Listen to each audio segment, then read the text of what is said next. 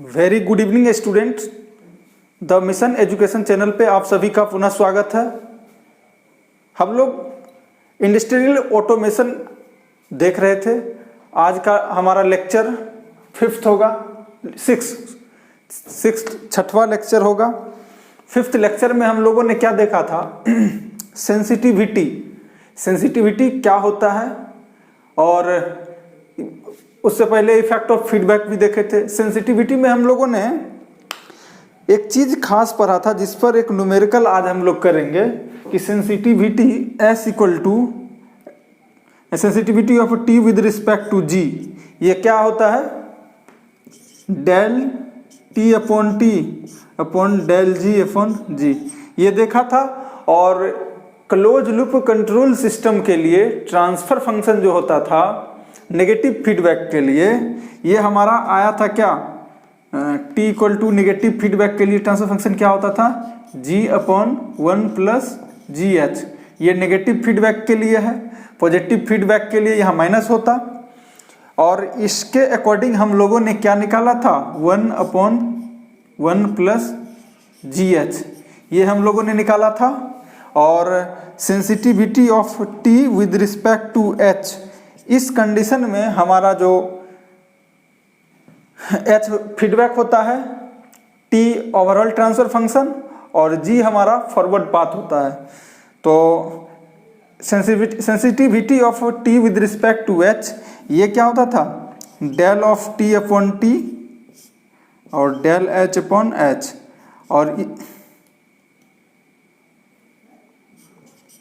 और इसके अकॉर्डिंग हम लोगों ने क्या निकाला था? Minus of G H upon 1 plus G H. इस दोनों फॉर्मूला पे एक बहुत शानदार क्वेश्चन हम लोग अभी प्रैक्टिस करेंगे। इतना हमें ध्यान में रखना है कि अगर हमारा क्लोज लूप कंट्रोल सिस्टम है और फीडबैक नेगेटिव है, तो उस कंडीशन में ट्रांसफर फंक्शन जो होता है G upon 1 plus G H होता है। और इसके अकॉर्डिंग अगर हमें इस टी का सेंसिटिविटी निकालना है जी के रिस्पेक्ट में, तो 1 अपॉन 1 प्लस जी एच देगा। और यहाँ पर देखिए sensitivity of T with respect to अगर एच निकालना है, तब ये देगा minus of G H upon 1 plus G H. इतना बात दिमाग में एकदम फिट रखना है। अब ये पूछेंगे डायरेक्ट कैसे आया, तो पिछले अभी दोबारा से ये चीज नहीं बता सकते हैं। इसके लिए आप पिछले लेक्चर में जाकर देख सकते हैं। ये इसका मैंने एक लंबा चौड़ा डेरिवेशन ये डिराइव मैंने किया था। इतना समझ लेने के बाद अब हम लोग इस क्वेश्चन को पढ़ते हैं। ये क्वेश्चन कह क्या रहा है और फिर इसे हम लोग सॉल्व करेंगे। देखिए क्वेश्चन कह रहा है a close loop control system is given in figure below. ये एक दे दिया। अब इसके बाद कह रहा है consider the following statements as related to sensitivities with respect to Gs and Hs. कह रहा है और नीचे दिया गया है जो स्टेटमेंट है वो किससे संबंधित है? सेंसिटिविटी से विद रिस्पेक्ट टू जीएस और एचएस के साथ। सबसे पहले इसका हम लोग ट्रांसफर फंक्शन निकालना हमें होगा। अब ये देखिए कौन सा फीडबैक है। अच्छा, यहां पर माइनस,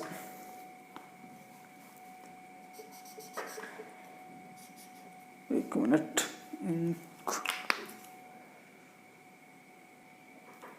यहां पे पहला क्या दिया है? Sensitivity of T with respect to G 1 होगा। कब? जब ओमेगा टेंस टू इन्फिनिटी हो। जब ओमेगा इन्फिनिटी हो तो इस कंडीशन में जो आएगा हमारा सेंसिटिविटी टी का एक्स के रिस्पेक्ट में 1 होगा।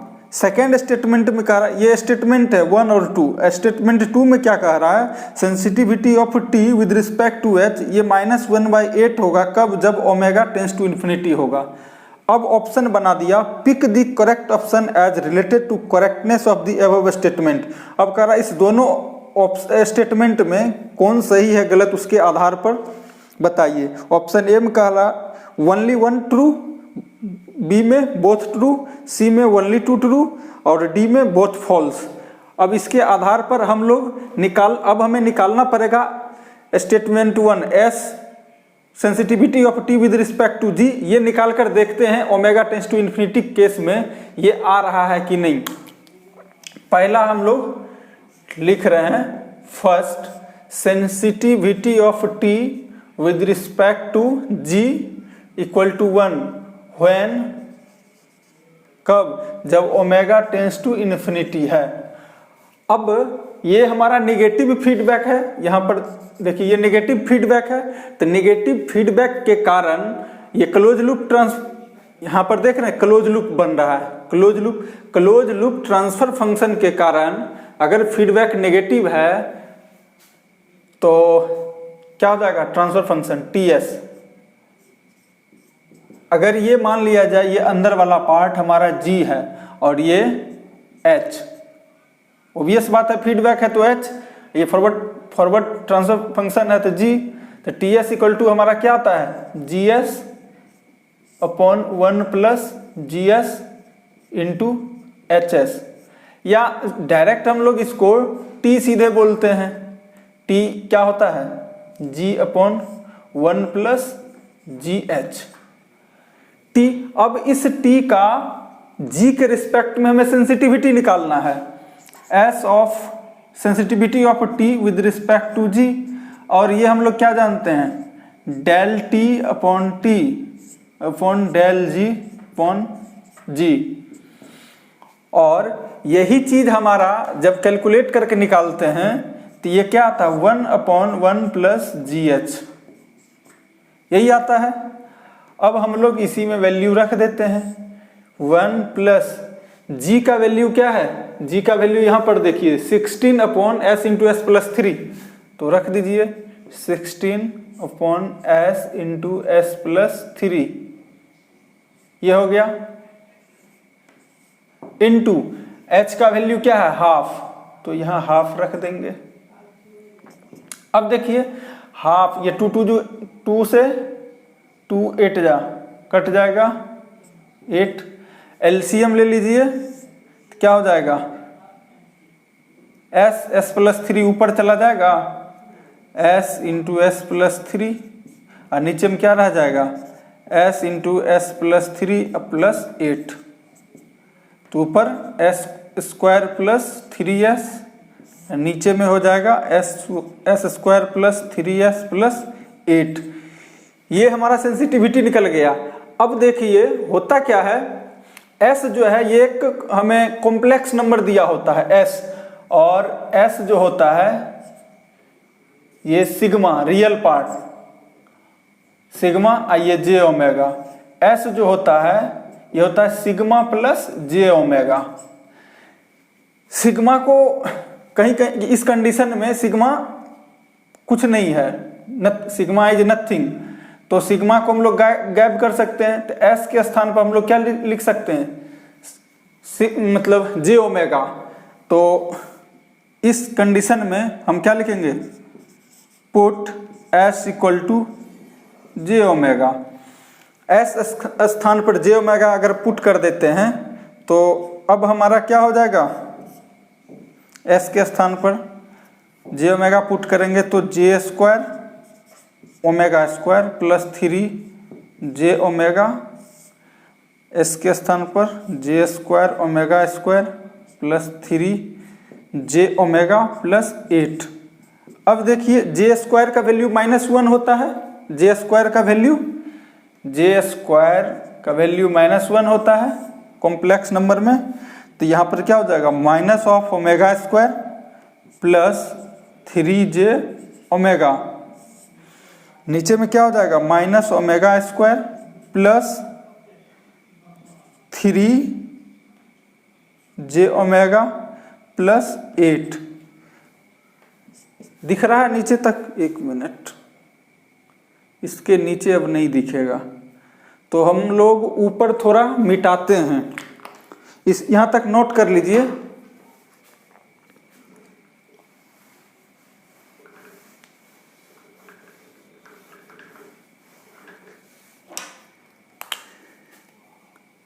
S of T G, sensitivity of T with respect to G, तो ओमेगा स्क्वायर हम लोग कॉमन अगर ले लेते हैं ओमेगा स्क्वायर, तो रूट के अंदर में क्या बचेगा, -1 प्लस 3 जे ओमेगा ओमेगा कॉमन ले लिए तो ओमेगा स्क्वायर, तो 3j अपॉन ओमेगा, नीचे से भी ओमेगा स्क्वायर कॉमन ले लिए, क्या बच गया -1 plus 3j upon omega plus 8 upon omega square. Omega square से ओमेगा स्क्वायर कैंसिल हो जाएगा।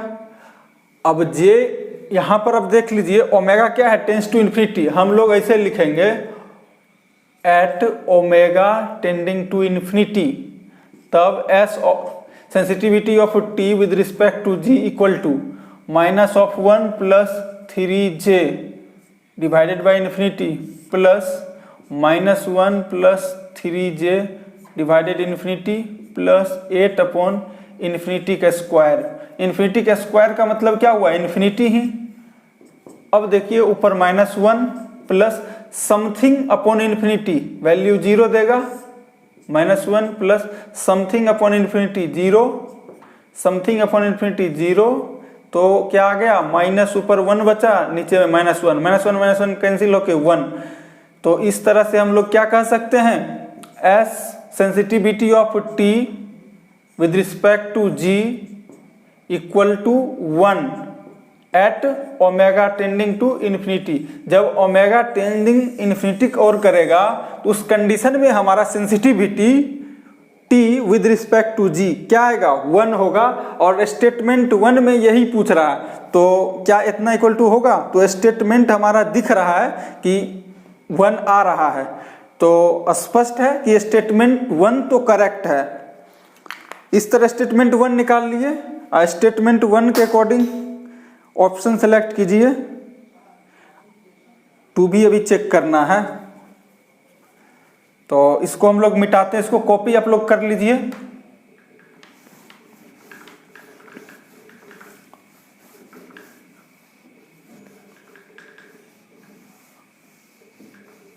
सेकेंड हम लोग चेक करते हैं। सेकेंड में सेकेंड स्टेटमेंट क्या कह रहा है, sensitivity of T with respect to H, ये -1/8 when omega tending to infinity. अब ये चेक करके देखते इतना आता है कि नहीं। तो सबसे पहले हम लोग जानते हैं sensitivity of T with respect to H, ये क्या वैल्यू आता है, -GH अपॉन 1 प्लस GH, यही आता है। पिछले लेक्चर में हम लोगों ने ये डिराइव कर चुका है। अगर ये हम लोग जान रहे तो अब डायरेक्ट वैल्यू हम लोग केवल रखेंगे। वैल्यू क्या रखेंगे, जी का वैल्यू क्या है, जी का एच का पहले हम लिख देते हैं हाफ, जी का हो जाएगा 16 upon s into S plus 3 upon, अच्छा पीछे में माइनस साइन है तो माइनस भी रहने दीजिए, ऊपर कर देते हैं माइनस। नीचे में क्या 1 प्लस GH, h का हाफ, g का 16 upon s into S plus 3। चलिए अब ऊपर से ये कैंसिल हो जाएगा, हाफ 8 हो जाएगा, तो ऊपर क्या बच गया -8 इंटू एस प्लस 3। नीचे में यहां से भी कैंसिल हो जाएगा 8, तो एलसीएम ले लेते हैं हम लोग, s इंटू एस प्लस 3 और इधर क्या हो जाएगा s into S plus 3 plus 8, ये हो जाएगा। अब देखिए इससे ये कैंसिल हो जाएगा, तो बच क्या जाएगा हमें -8 अपॉन में s square plus 3s plus 8। फिर से हम लोग वही करेंगे, put s equals to j omega, put कीजिए, ऊपर है -8, नीचे में J square omega square plus 3j omega plus 8, ये हो जाएगा। अब हम लोग क्या करेंगे,